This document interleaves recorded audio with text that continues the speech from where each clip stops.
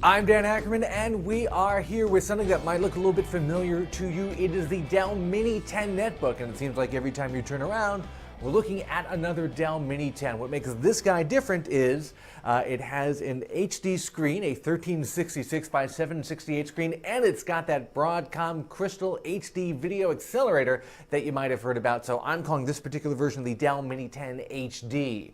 Now, the big difference between the regular Mini 10s that we've looked at before and this guy is obviously same size screen but higher resolution, gives you some more screen real estate, makes text and icons and things seem smaller, but still pretty readable and a much better netbook experience, I think, overall than the lower resolution 1024 by 600 screens.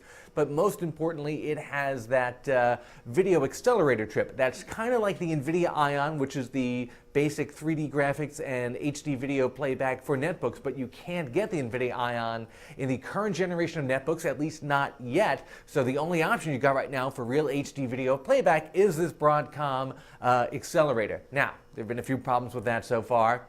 Mainly, it works fine for playing back video files on your local machine, but if you want to stream HD video like from Hulu or YouTube, and if you've got a netbook and you want to watch video, seems like a pretty basic thing that you'd want to do.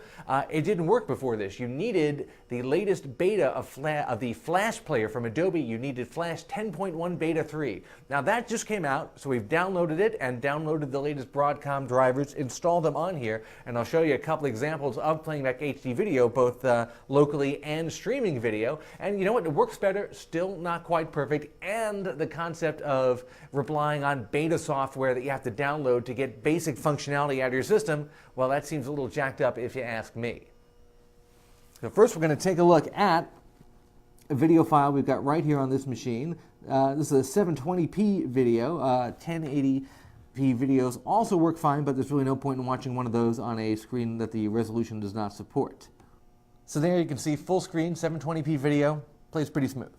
Now our next test is streaming HD video from a website. I've got YouTube going up here, and I've got a 720p movie trailer. And as you can see, it plays. It's not as smooth as that WMV file we had on the desktop, but it's reasonably watchable and certainly a lot better than you'd get trying to play an HD web streaming video on a netbook without either the NVIDIA Ion or this Broadcom video accelerator. If you didn't have one of those two parts, you'd basically just be watching a slideshow.